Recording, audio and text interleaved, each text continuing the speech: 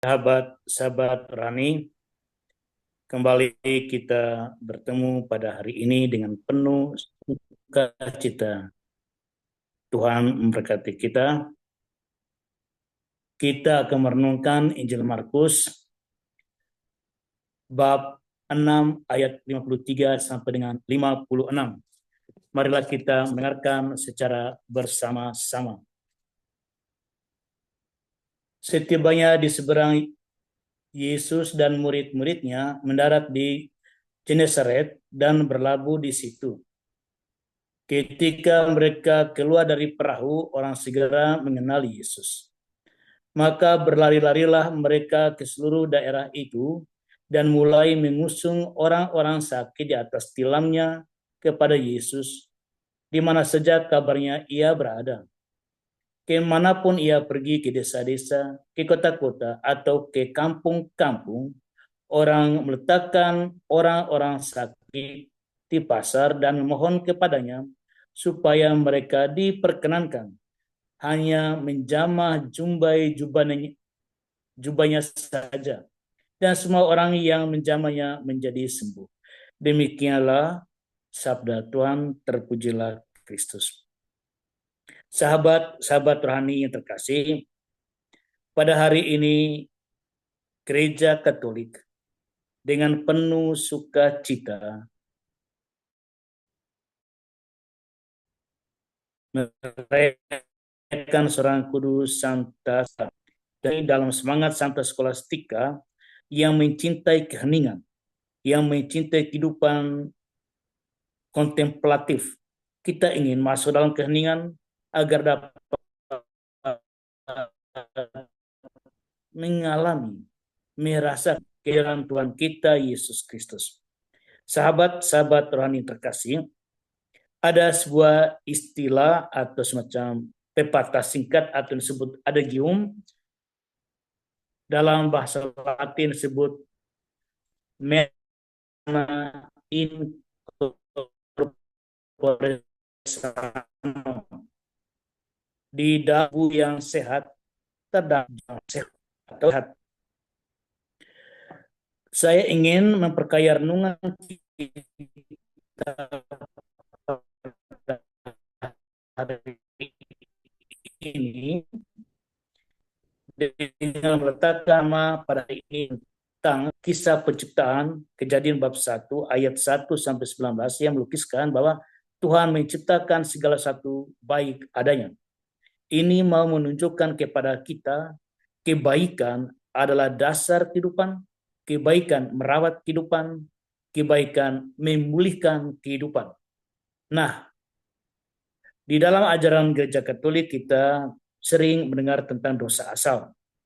Memang dosa asal ini sangat berkaitan dengan penebusan Tuhan kita Yesus Kristus yang datang untuk menebus dosa umat manusia.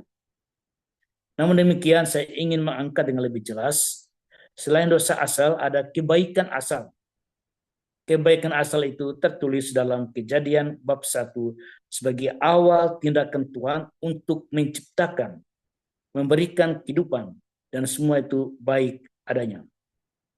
Sahabat rohani yang terkasih, kini kebaikan tidak hanya terpancar di dalam alam, tidak hanya terpancar di dalam semesta yang diciptakan Tuhan sebagaimana dilukiskan di dalam Kejadian, tetapi kebaikan kini secara jelas dan eksplisit hadir di dalam diri Tuhan kita Yesus Kristus. Dia adalah figur, dia adalah person, kehadiran Allah secara manusiawi dalam bentuk manusia untuk membawa kebaikan. Dan kebaikan itu adalah menyembuhkan.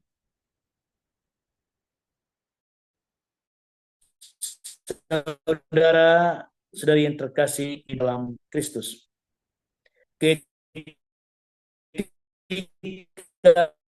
kita berbicara satu sakit itu kan bahwa sebelumnya saya sehat, sebelumnya dia sehat. Dengan kata lain, sakit itu baru menyusul setelah adanya kesehatan. Maka ketika orang ingin sembuh, ia kembali ke awal di mana orang memiliki kondisi sehat. Sahabat, sahabat rohani yang terkasih, Tuhan kita Yesus Kristus menghadirkan kebaikan untuk mengembalikan kita ke dalam kondisi awal, yaitu sembuh.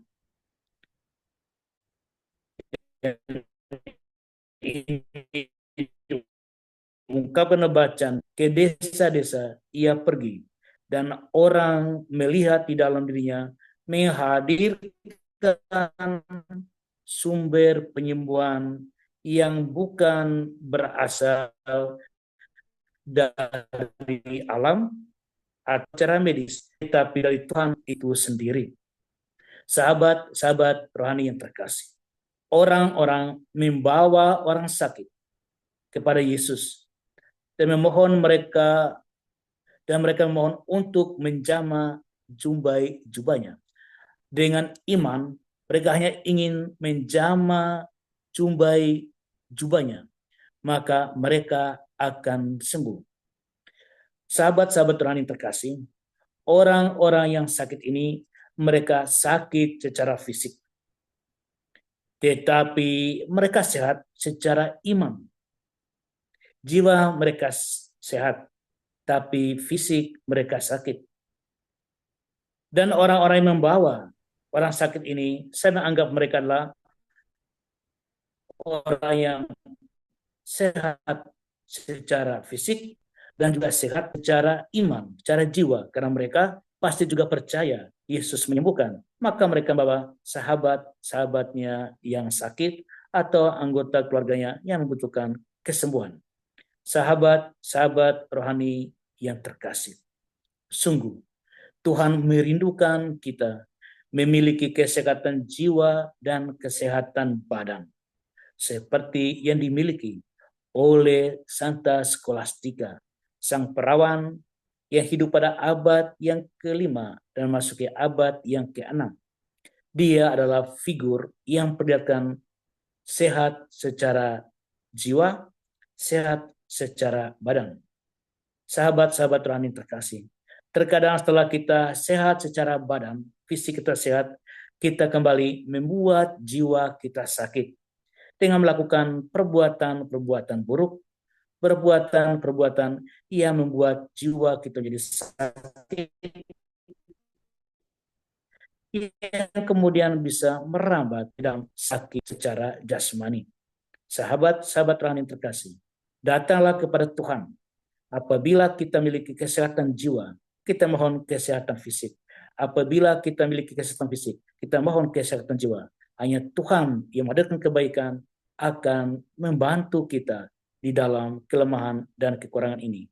Apabila kita telah sehat secara fisik dan secara jiwa, iman kita kuat pada Yesus menyembuhkan, bawalah orang-orang lain kepada Yesus agar mereka juga dipulihkan, disembuhkan, bahkan kesehatan jiwa mereka dan juga kesehatan jasmani mereka. Tuhan memberkati. Amin.